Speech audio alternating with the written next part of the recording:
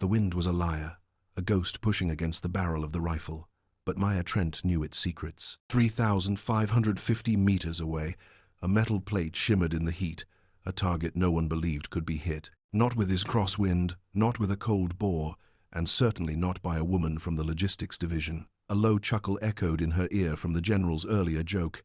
"Any snipers here?" He wasn't laughing now. "Before we carry on, please hit the subscribe button to make my day, and let me know where you are watching from in the comments." The day had begun under the oppressive glare of a Nevada sun, the kind that bleached the sky to a pale, hazy blue and baked the very air you breathed. The sprawling military range was a study in beige and brown, a vast expanse of packed earth and shimmering heat distortion that smelled of dust, hot metal, and the faint, clean scent of ozone. A crowd had gathered, a strange mix of crisply uniformed top brass and men in tailored suits whose polish seemed to melt away in the dry heat. They were here for a demonstration, a dog and pony show for a piece of hardware that promised to revolutionize warfare. At the center of it all, both literally and figuratively, stood General Marcus Thorne, an imposing figure whose stern, impatient expression seemed carved from the same rock as the distant mountains. Beside him, representatives from a defense contractor buzzed with nervous energy, their smiles as bright and artificial as the polished chrome on their flagship product. On the periphery of this cluster of power and influence,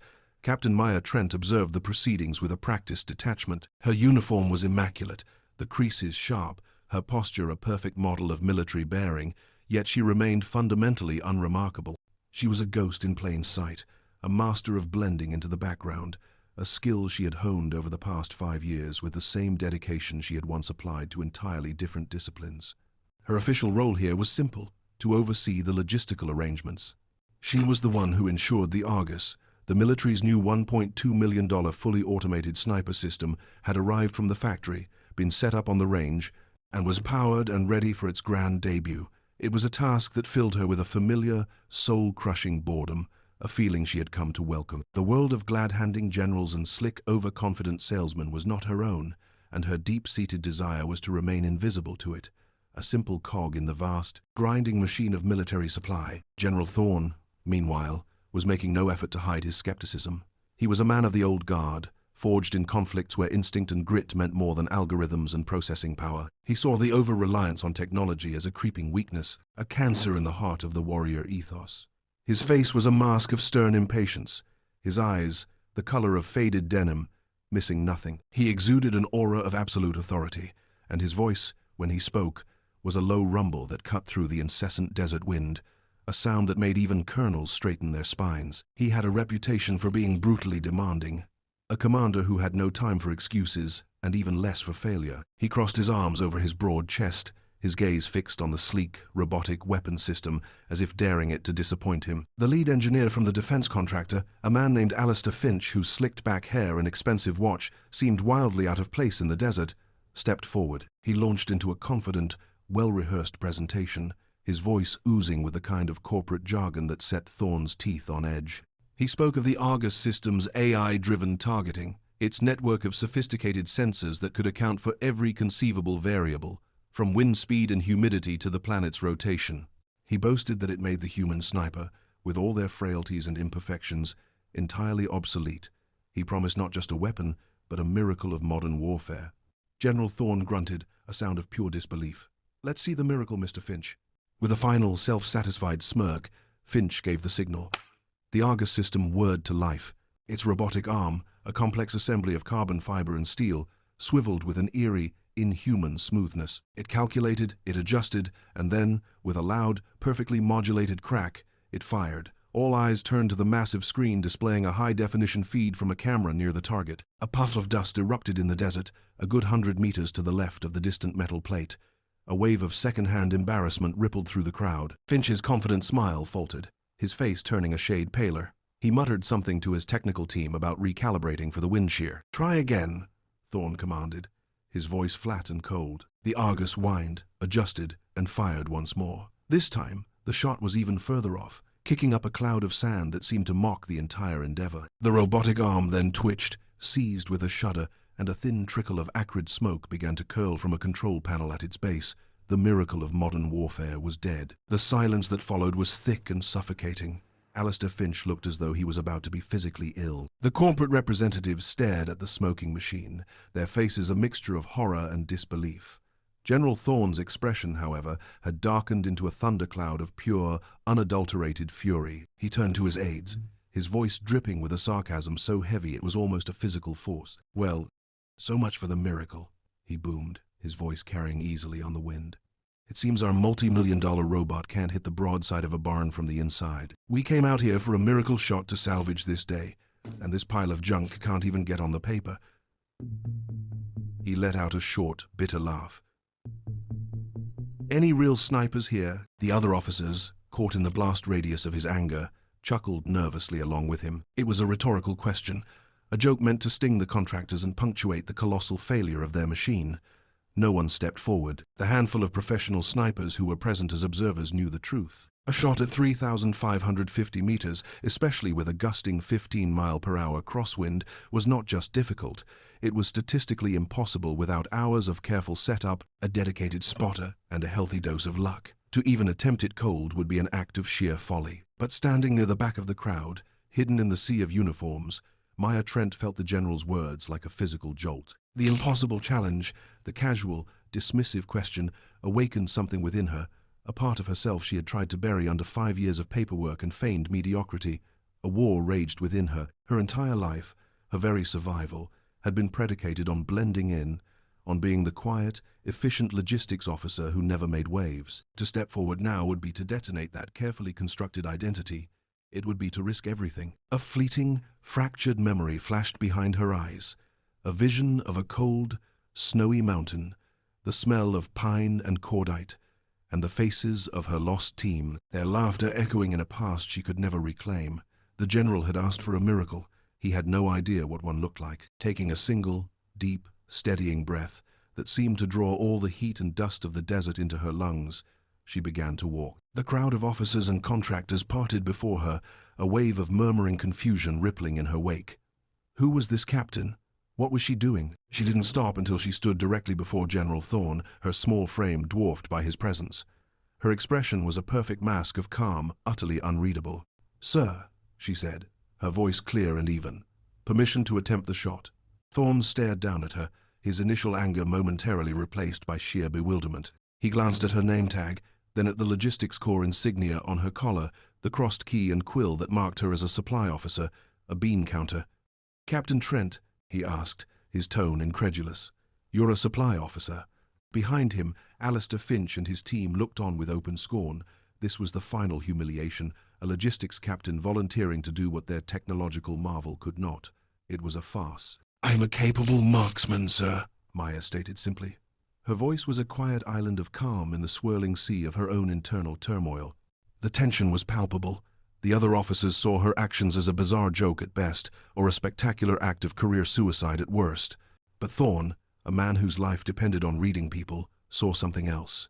He looked past the unassuming uniform and the placid expression and saw a flicker in her eyes. It was a cold, hard confidence, a stillness that did not belong to a logistics captain. It was the look of a predator. His instincts, honed over decades of command, screamed at him.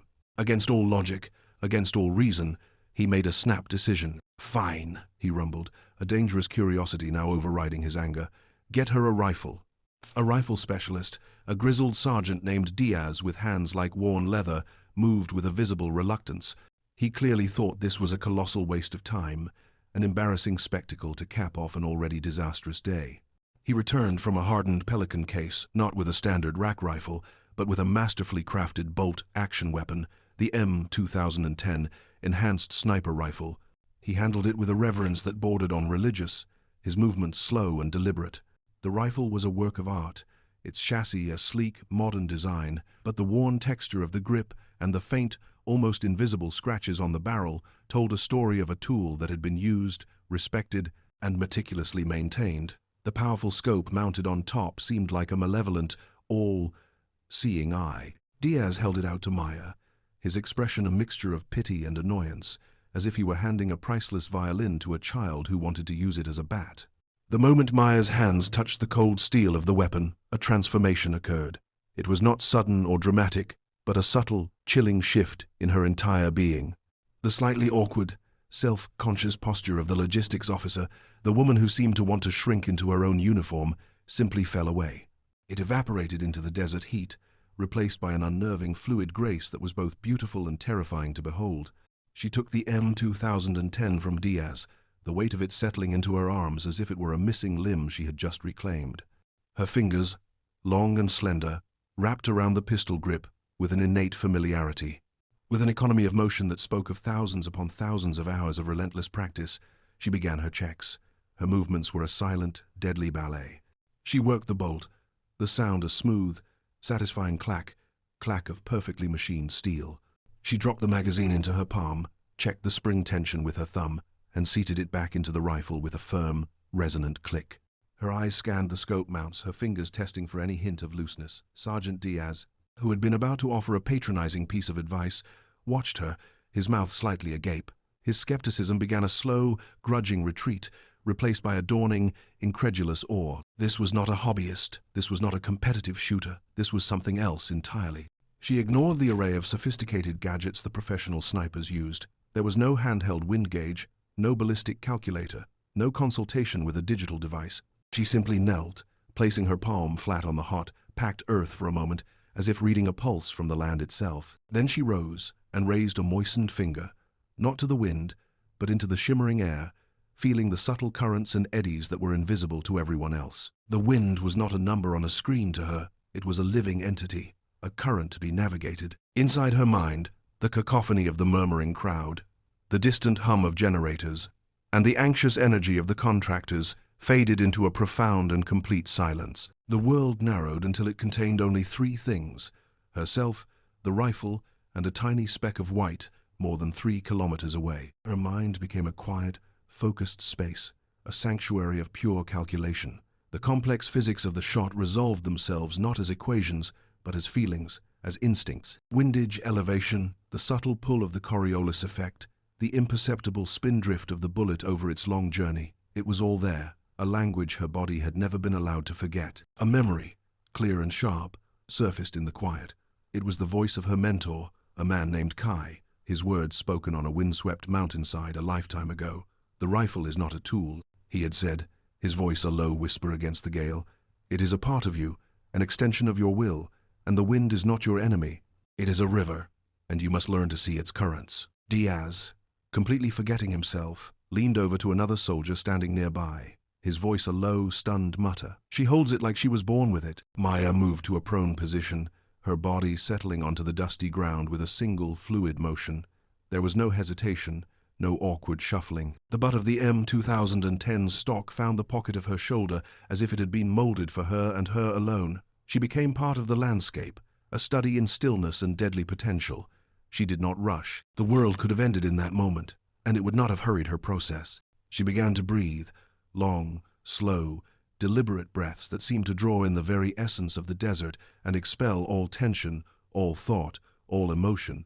Her heartbeat, which had been a frantic drum against her ribs, slowed and slowed and slowed until it was a steady, rhythmic beat, a metronome marking the final seconds of the target's existence. Through the powerful scope, the world was transformed. The target, a tiny, insignificant speck of white to the naked eye, became a tangible object, a dinner plate of steel wavering in the shimmering heat mirage. The air itself seemed to writhe and dance, a visible river of thermal currents. She could see the individual grains of sand around her position, magnified into tiny pebbles. The intense focus required to hold the crosshairs steady was immense, a physical and mental exertion that would exhaust a normal person in seconds. The wind, the lyre, whispered in her right ear, a constant, steady pressure that she had to account for, a force that would push the bullet meters off course if not respected. To anyone who might have been watching over her shoulder, her aim would have seemed like madness.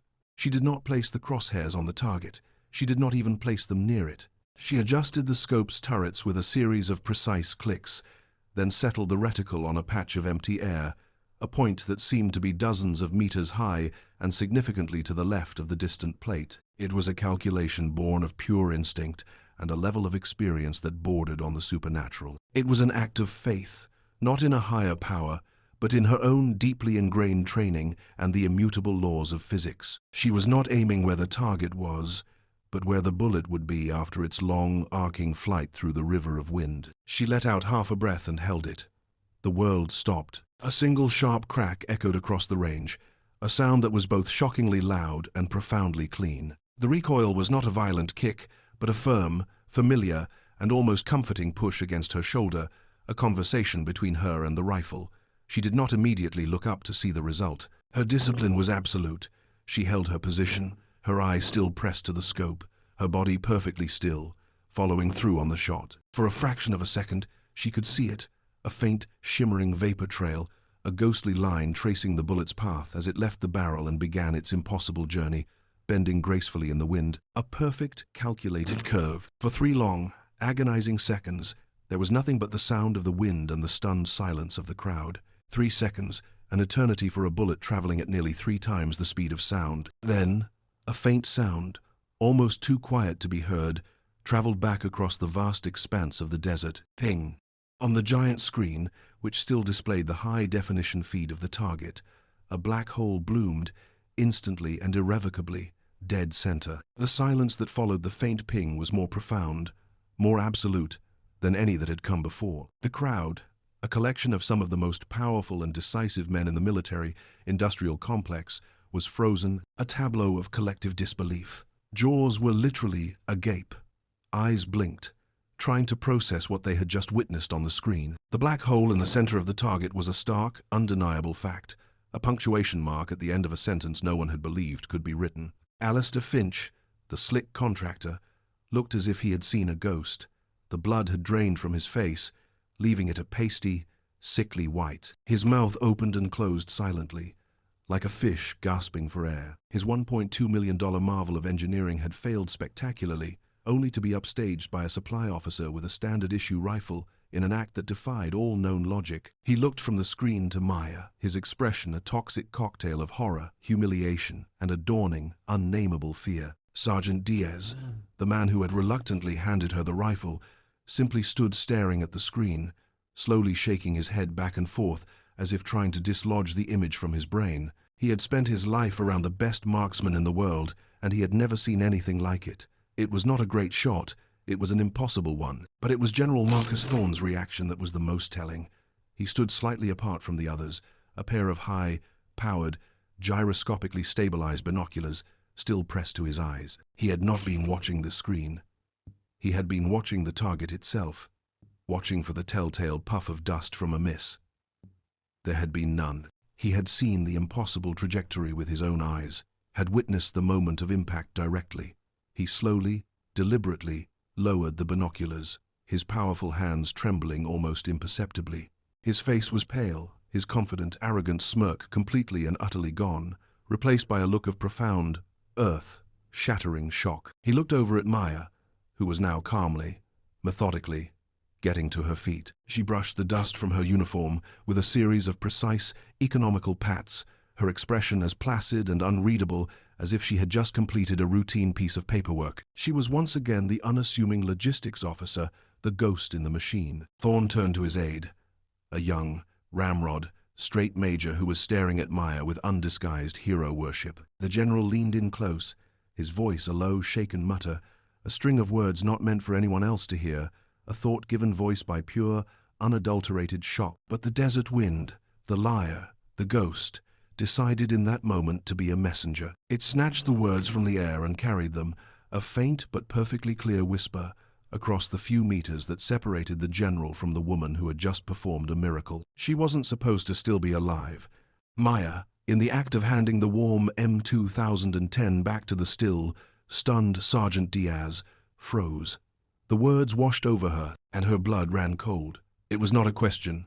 It was not an expression of surprise. It was a statement of fact, a piece of information he possessed that he should not have. He knew, somehow, some way, he knew. The past she had so carefully, so painfully, buried under 5 years of self-imposed exile had just been unearthed by a single, perfectly placed bullet. The anonymity she had worked so hard to build, the quiet, boring life she had constructed as her fortress, was shattered. In that instant, the vast, open desert, which had moments before felt like freedom, suddenly felt like a cage, and the general's wide, shocked eyes were the bars. The public spectacle of the demonstration was over. concluded with an abruptness that left a vacuum in its wake. The contractors were dismissed with a curt wave, their faces a mask of corporate panic, while the assembled officers were ordered back to their duties. In the ensuing, carefully orchestrated quiet, 2 military policemen, their movements economical and their expressions impassive, materialized at Maya's side. They did not touch her, but their presence was a wall of muscle and authority.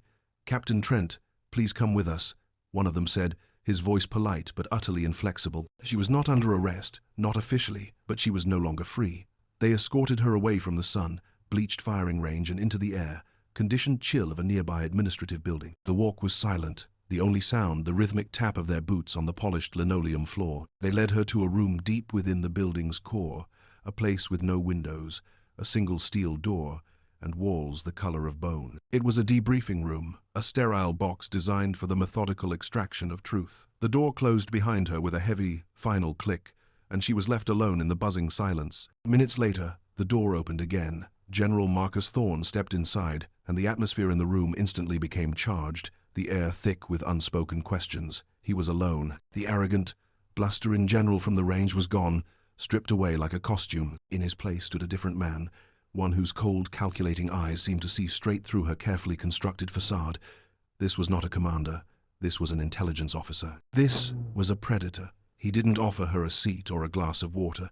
He simply began to move, circling her slowly, his gaze unwavering, his presence filling the small, claustrophobic space. Maya stood perfectly still, her hands clasped behind her back, her heart a steady, measured drum against her ribs.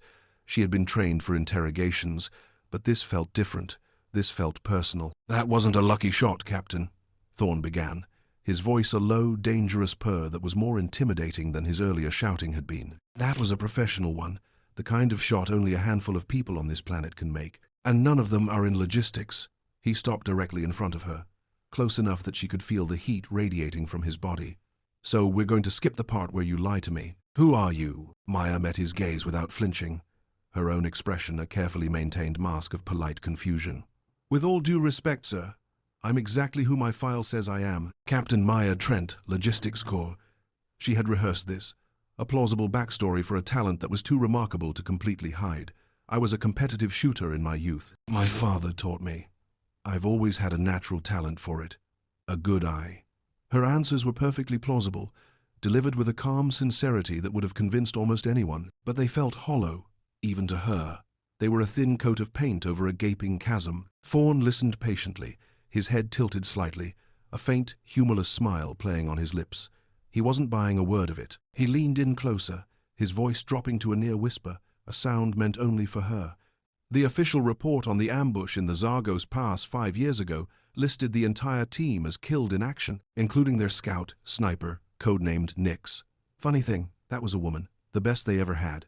They never recovered her body. Nix." The name hit her like a physical blow, a ghost limb suddenly aching with phantom pain.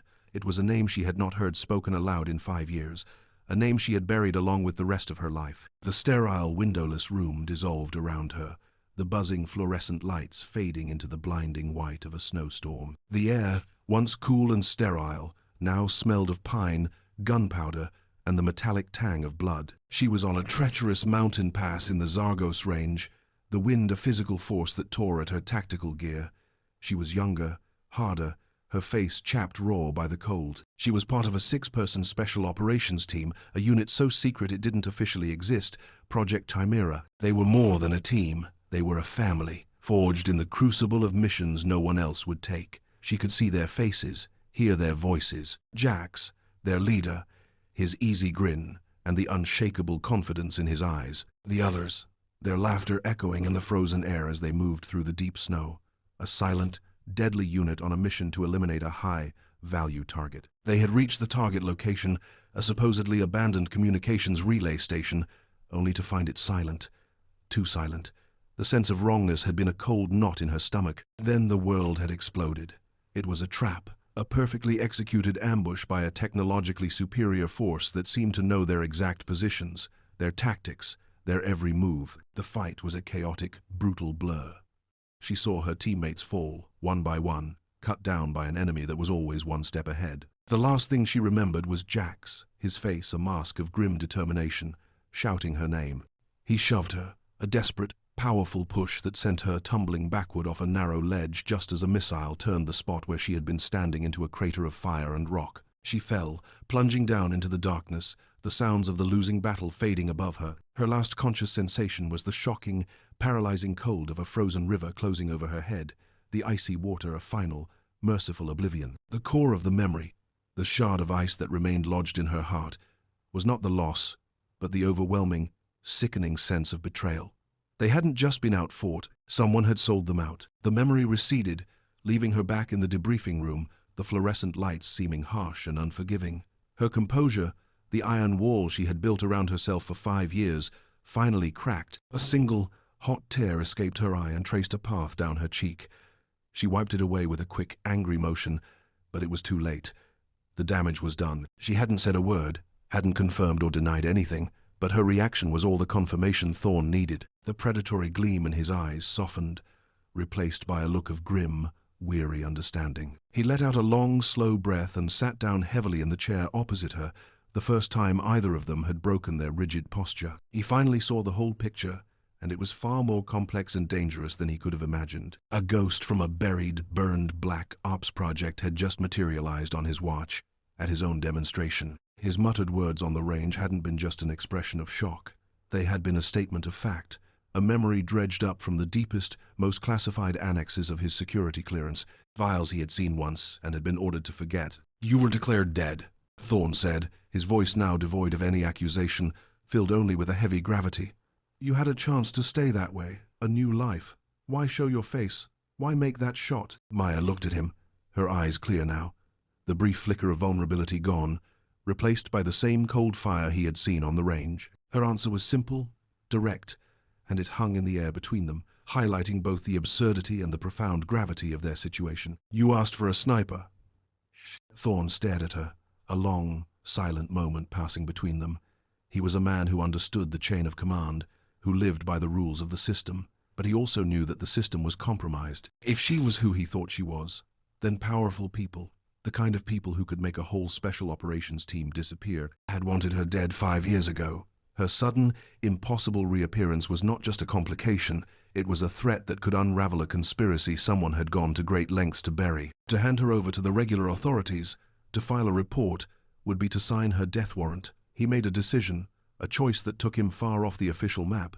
He would handle this himself. He stood up, his demeanor once again that of a commanding general, but his eyes held a new, unspoken understanding. "You're a security risk, Captain," he said, his tone formal, official, "but you're also a valuable asset." He walked to the door and spoke to the guards outside. "Escort Captain Trent to the VIP quarters in the East Wing. She is to be placed under my personal, off-the-books custody until further notice. No one gets in or out without my direct authorization. She is not to be harmed. Is that clear?" The guards assented without question. Maya understood immediately. She was being moved from one cage to another, this one more comfortable, more luxurious, but a cage all the same. It was both a prison and, for the moment, a form of protection. As she was led out of the room, she knew her quiet life was over. The ghost was out of the grave, and the hunt was about to begin. Miles above the Nevada desert, the interior of a Gulfstream G650 was an oasis of silent, climate-controlled luxury. Cream leather seats, polished burr walnut paneling, and gold-plated fixtures were designed to soothe the egos of the world's most powerful men. Alistair Finch, however, was immune to the calming effect. He paced the plush carpet, a caged and terrified animal, the sweat beading on his brow, threatening to stain the collar of his $1,000 shirt. He held a secure satellite phone to his ear, his knuckles white. The voice on the other end was not soothing. It was a voice as cold and empty as the space through which the signal traveled. A voice that held no trace of emotion, only the chilling finality of a spreadsheet calculation. "It's her," Finch stammered, his voice a frantic, reedy thing he barely recognized as his own. "It has to be. The shot, the description from the file, everything. Nix is alive." There was a long pause on the other end of the line, a silence so profound it seemed to suck the air from the cabin. Finch found himself holding his breath, his heart hammering against his ribs like a trapped bird. The voice, when it finally returned, was unchanged, a flat line of lethal intent. "That is not possible.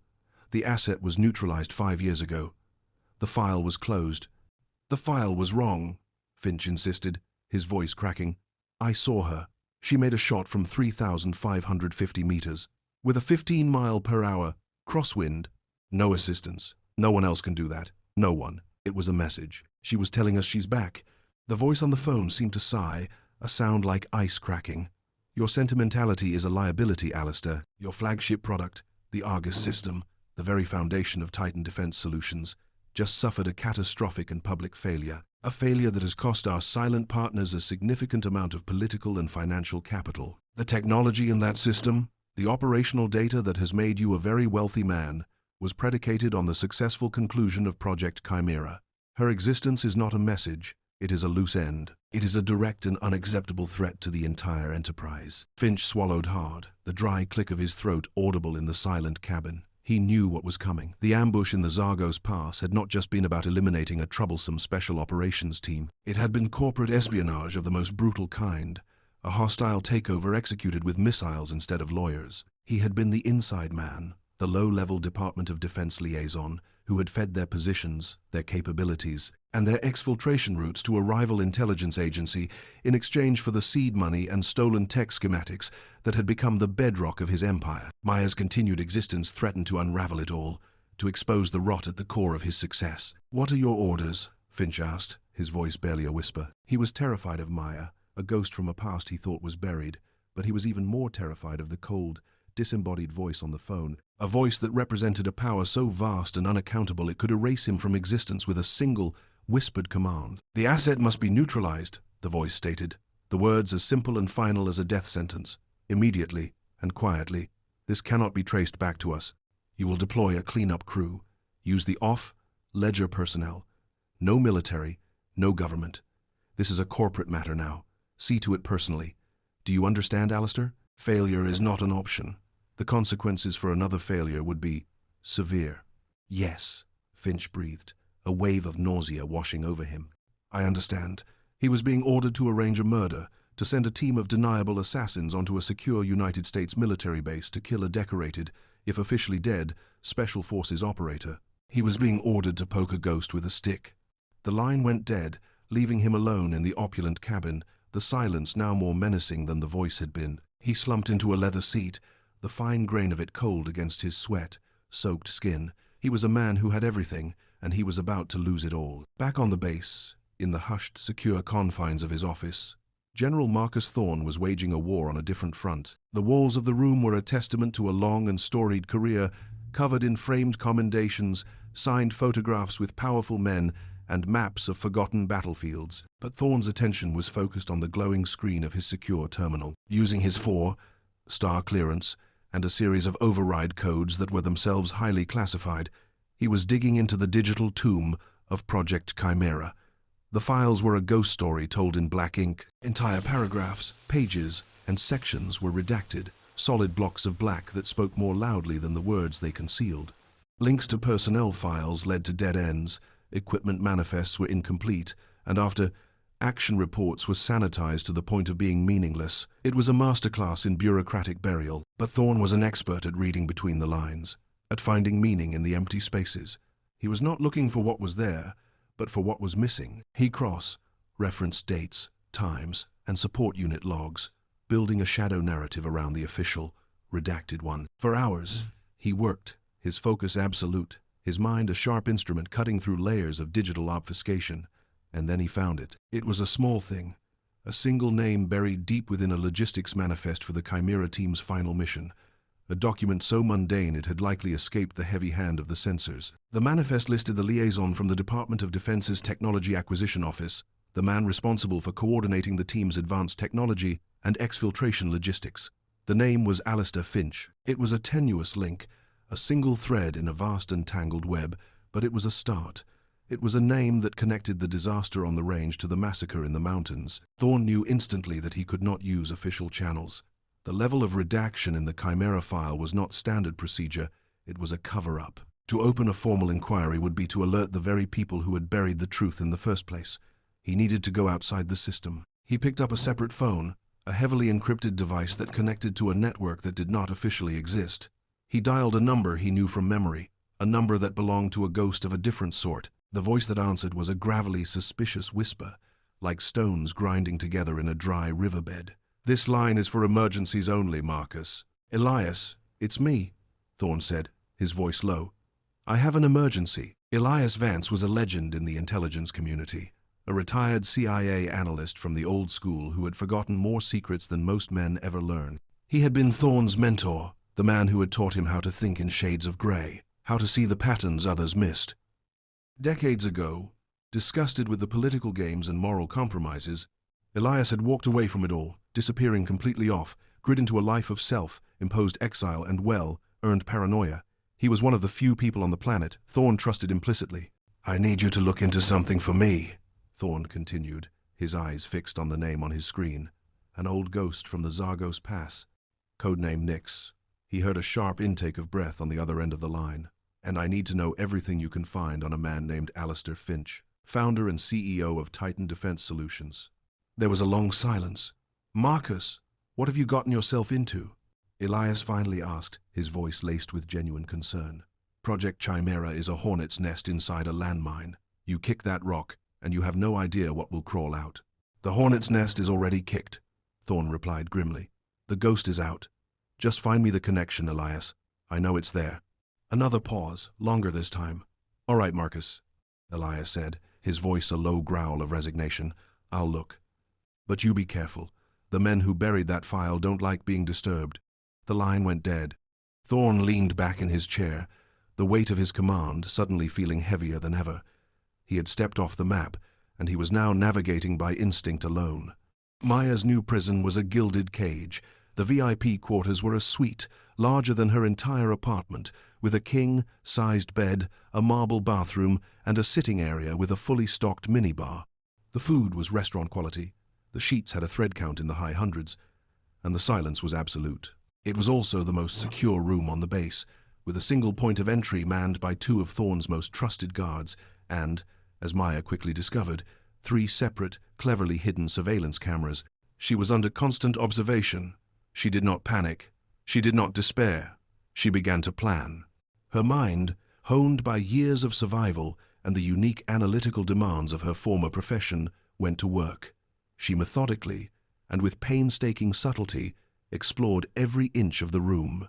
She tested the windows, which were sealed and made of ballistic glass.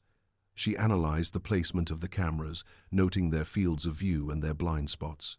She listened to the patrol routes of the guards outside her door, timing their movements, learning their rhythms. Her mind was a quiet, efficient machine, sharp and analytical. She was not a prisoner waiting for rescue. She was an operator assessing a hostile environment. As she worked, she allowed herself to reflect, not on the trauma of the past, but on the long, quiet years that had followed. She remembered the feeling of being found, more dead than alive, by shepherds in a remote mountain village in a country that was not on any official map. They had nursed her back to health with goat's milk and herbal remedies, asking no questions, their kindness a balm on her shattered soul. It was there she had created a new identity, forging documents bought with the last of her emergency cash. She had enlisted in the regular army under her new name, Maya Trent, and had deliberately chosen the most overlooked, unglamorous field she could find, logistics. It was a form of penance, a way to serve without ever again having to take a life. It was a way to hide in plain sight, to become so boring, so utterly unremarkable, that no one would ever look at her twice. For 5 years, she had succeeded. She had never wanted to touch a rifle again. But the moment her hands had closed around the M2010, the moment the familiar weight had settled into her shoulder, it had felt like coming home. A grim, terrible sense of purpose was beginning to stir within her. A desire not for revenge, but for justice. Justice for Jax, and for the rest of her fallen team. Late in the afternoon, there was a polite knock on the door. A young, handsome steward entered, carrying a silver tray with her evening meal. He was polished, his smile perfect, his uniform immaculate. "General Thorne's compliments, Captain," he said, his voice smooth as silk. "He thought you might appreciate something a little better than the mess hall." He placed the tray on a small table, but lingered a moment too long, his questions about her comfort a little too probing, his eyes a little too bright. Maya's instincts, the ones that had kept her alive in the Zagos Pass, screamed at her. He was not who he said he was. He was too clean, too perfect. As he turned to leave, she caught it, a faint, almost imperceptible odor coming from the food on the tray. It was a bitter, almond-like scent, a chemical smell that had no place in a kitchen. Poison. She felt a chill run down her spine, but her expression remained one of polite gratitude. "Thank you," she said, her voice even. "That was very thoughtful." He smiled again and left, closing the door behind him. Maya stared at the beautifully arranged plate of food, her appetite gone. The first move had been made. Finch's people, the cleanup crew, were already inside the wire. Her gilded cage had just become a death trap. Night fell over the desert base, a blanket of profound darkness studded with the cold, distant light of a billion stars. The moon was a slender crescent, offering little illumination. Inside the VIP suite, Maya sat in perfect stillness, her senses attuned to the subtle rhythms of the building. She had not touched the poisoned food, leaving it on the table as a silent, mocking testament to the failed attempt on her life. She knew they would not try again with something so subtle. The next attempt would be direct. She did not have to wait long. It began with a soft click, followed by a hum that died into absolute silence. The power was cut. The soft glow of the emergency exit signs in the hallway outside her door was the only light, casting long, distorted shadows into the room. Under the cover of this engineered darkness, a two-man team moved with the silent, fluid grace of predators. They did not bother with the main lock, instead using a specialized electronic tool that bypassed the security system in seconds. The door swung open without a sound. They were a clean-up crew, professionals armed with suppressed pistols, their faces obscured by balaclavas, their bodies clad in black tactical gear. They were ghosts, sent to create another one. But the room they entered was not the cage they expected. It was a trap. Maya was not in the large, inviting bed. That was a decoy, a carefully arranged collection of pillows and blankets that mimicked a sleeping form. She was crouched in the deepest shadow of the room, a ghost in her own right. Her heart, a slow, steady drum. As the first man moved past the threshold, his foot snagged on a thin, almost invisible wire she had fashioned from a lamp cord and stretched taut across the entryway. The wire pulled a pin she had wedged into the leg of a heavy mahogany desk. The desk chair, which she had balanced precariously on top of the desk, swung down in a vicious, silent arc, slamming into the man's chest and knocking him violently off balance with a muffled grunt. The fight was a whirlwind of brutal, silent motion. It was not a brawl, it was a clinical disassembly. Before the second man could even process what had happened, Maya exploded from the shadows. She moved like a phantom, her CQC training, buried for 5 years, surfacing with chilling efficiency.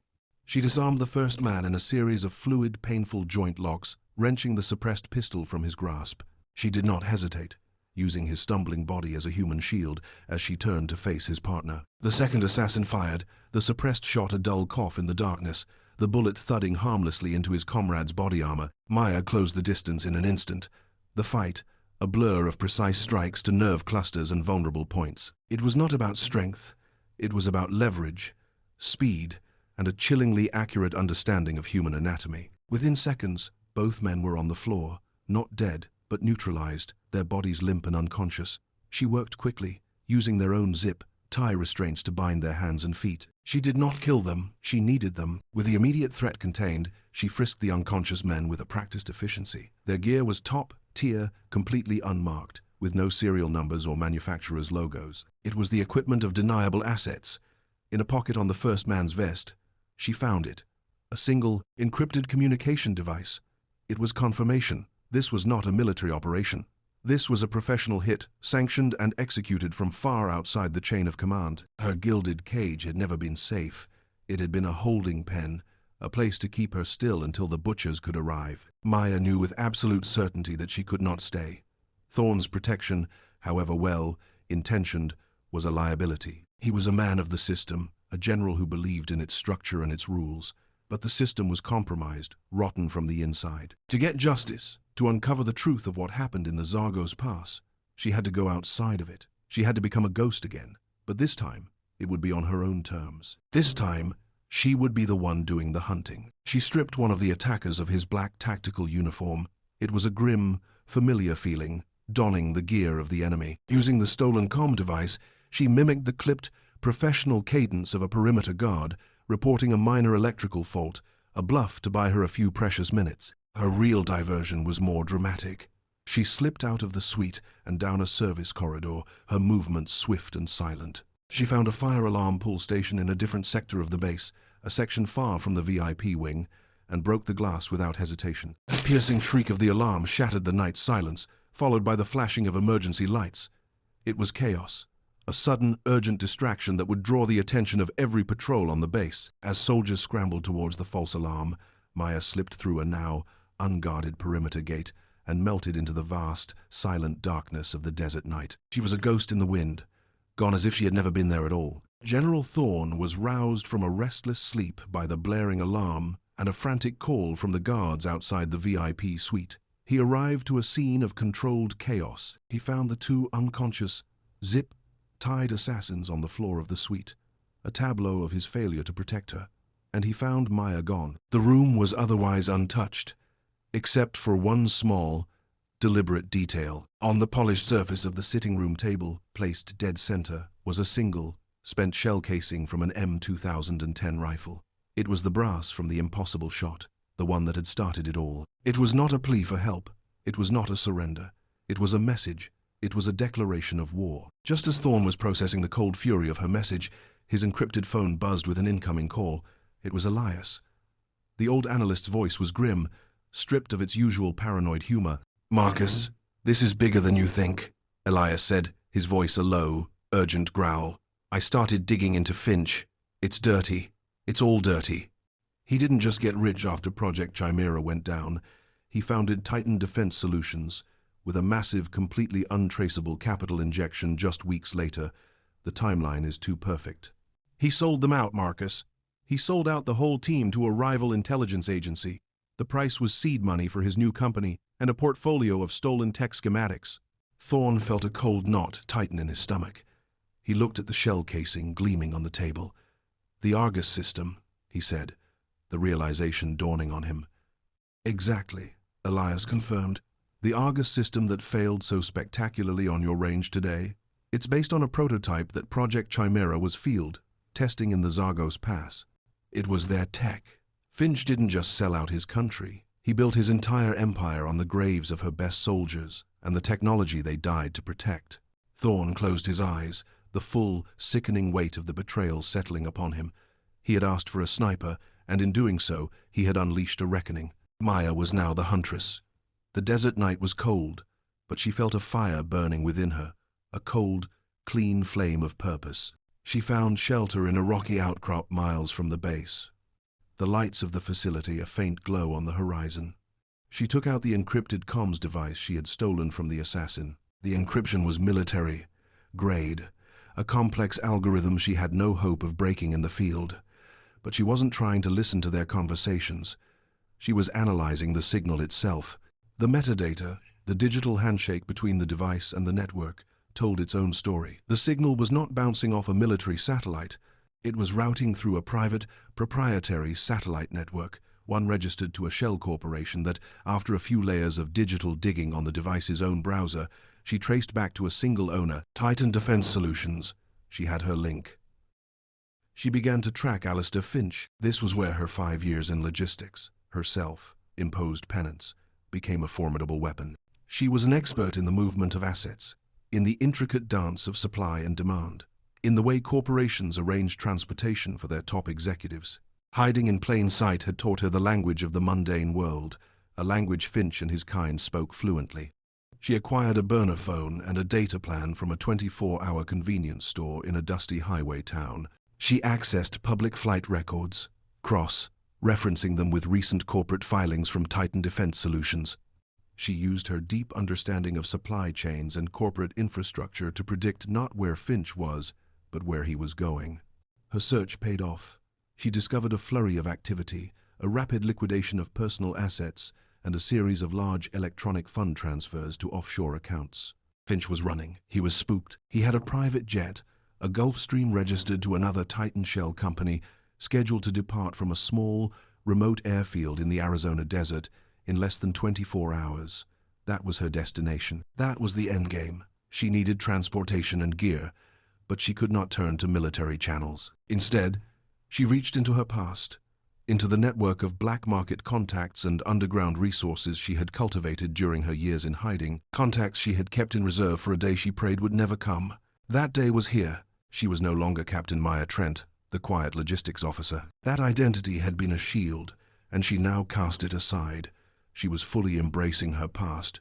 She was Nyx, and she was on the hunt. The Arizona desert at dusk was a masterpiece of fading light and long shadows. The sky bled from a fiery orange into a deep, bruised purple, and the air, which had been a furnace all day, began to cool, carrying the scent of dust and creosote. In the middle of this vast emptiness sat a remote, private airfield, a single strip of asphalt, and a collection of prefabricated hangars that seemed to shrink under the immense sky. A sleek private jet, a Gulfstream that looked like a silver dart, was being prepped for a hasty takeoff, its navigation lights blinking impatiently in the twilight. Beside it, Alistair Finch paced like a caged animal, his expensive suit rumpled, his face slick with a nervous sweat that had nothing to do with the ambient temperature. He was flanked by a team of 4 heavily armed men, private security contractors, whose grim faces and bulky body armor made it clear they were not there to check baggage. Finch checked his watch for the 10th time in as many minutes, his eyes darting towards the shadows that grew longer and deeper with every passing second.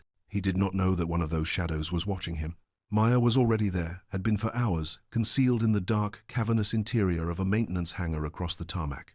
She lay prone on a dusty catwalk, the cold steel of a newly acquired sniper rifle a familiar weight in her hands. But this was not about a long-range shot. That was too easy, too clean. She did not want to simply end him. She wanted to dismantle him. She wanted a confession. She wanted him to look into the eyes of the ghost he had created and understand the full scope of his ruin before the end. She began to work. The first guard, positioned at the far end of the runway, went down without a sound, a victim of a perfectly thrown rock that created a diversion to his left and Maya's silent approach from his right. The second, patrolling the perimeter fence, found himself suddenly and inexplicably tangled in a roll of concertina wire she had dislodged, a trap that held him just long enough for her to neutralize him from behind. She moved through the deepening twilight with a purpose that was both terrifying and absolute, using the environment, creating distractions, and picking them off one by one with a brutal, silent efficiency. As Maya hunted in the shadows, a pair of headlights appeared on the horizon, approaching the airfield, not from the main road, but from a dusty, unpaved service track. A black, unmarked SUV rolled to a stop a kilometer away, its engine cut, its lights extinguished. Inside, General Marcus Thorne lowered a pair of thermal binoculars. He was now acting completely off-book, a rogue general on a mission of personal justice. Beside him sat a small, hand-picked team of his most loyal soldiers, men he would trust with his life. In the back seat, Sergeant Diaz stared through his own set of binoculars, his expression a mixture of awe and grim determination. He had seen the impossible, and he had followed the woman who made it happen into the heart of the storm. Thorne had used his own intelligence resources, calling in favors he could never officially acknowledge, to predict Finch's desperate escape plan. He was not here to arrest Maya, not yet.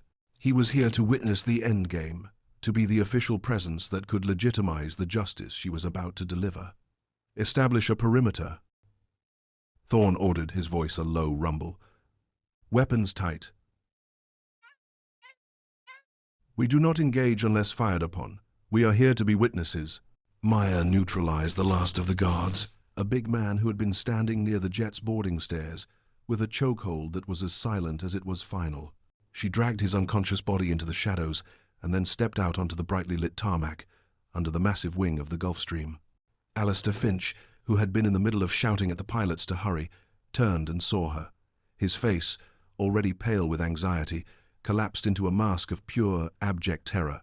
He stumbled backward, his mouth opening in a silent scream. "You look like you've seen a ghost, Alistair," Maya said, her voice calm and steady, yet it carried across the tarmac with the chilling clarity of a funeral bell. Finch fell to his knees, his legs giving out from under him. He knew he could not escape. This was not a soldier or an assassin, this was a specter from his past, a reckoning he had foolishly believed he had outrun.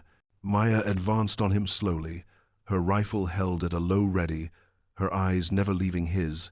"Zargos Pass," she said, the words like chips of ice. "Project Chimera. Do you remember their names, Alistair? Do you ever see their faces?" She recited them, one by one, the names of her fallen comrades, her voice a low, steady litany of the dead. Jax, Anya, Kenji, Omar, Ben. The pressure was too much. The carefully constructed world of the corporate titan shattered, and the sniveling, terrified traitor within came pouring out. "It was just business," he shrieked. his voice a high, pathetic whine. They were going to be decommissioned anyway. The whole project was being shut down. I gave them a purpose. Their sacrifice built an empire. It was just business. He confessed everything in a torrent of panicked, self-serving excuses. He admitted to selling their positions, to stealing the tech, to building his entire fortune on their graves, his words tumbling over each other in a desperate, slobbering plea for a life he had already forfeited. Unseen by Finch, a kilometer away in the darkness, Thorne's team was recording every word. A high-powered directional microphone was aimed at the scene, capturing the entire confession, every damning syllable preserved for the world to hear. They had it. They had everything they needed. Maya had her rifle trained on Finch's chest. This was the moment. This was the culmination of 5 years of pain, of hiding, of living a half-life. The chance for revenge, clean, simple, and final. Her finger tightened on the trigger, the ghost of Nix screaming in her mind for the kill. She could feel the cold satisfaction of it, the closing of the circle. But she also saw the quiet life she had built, the anonymity she had chosen. Killing him would be easy.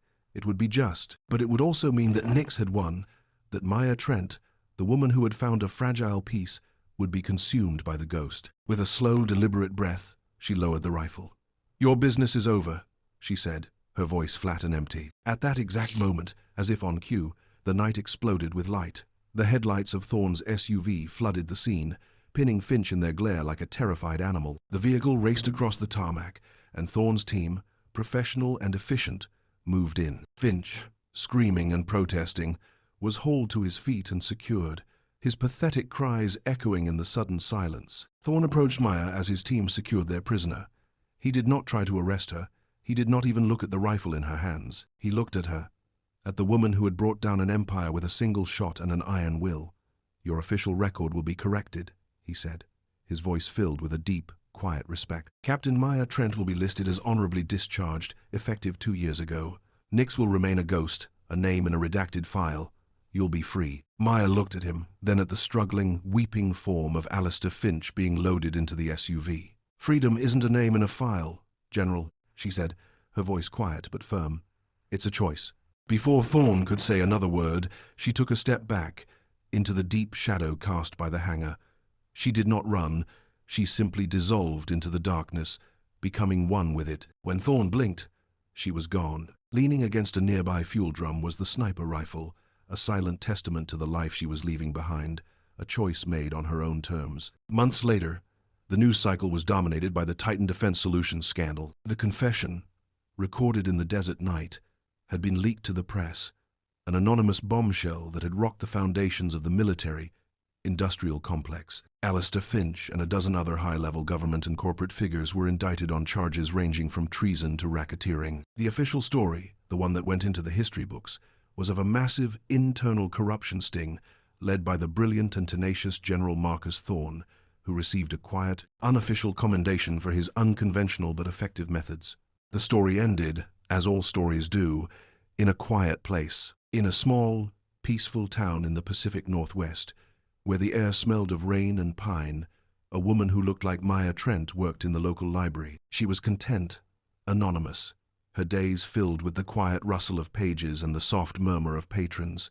She seemed at peace. One evening, she returned to her small, secluded cabin nestled deep in the woods. The cabin was simple, filled with books and the scent of wood smoke. She unlocked a tall, narrow closet in her bedroom. Inside, next to stacks of classic literature and history texts, was a new, state-of-the-art rifle case.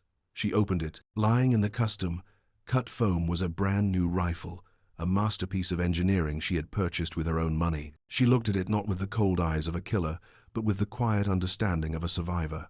She closed the case, a small, knowing smile on her face. She had chosen peace, but she had also chosen to be ready. Nix was not gone. She was simply dormant, a part of her that she now owned, that she now controlled. The choice was, and always would be, hers.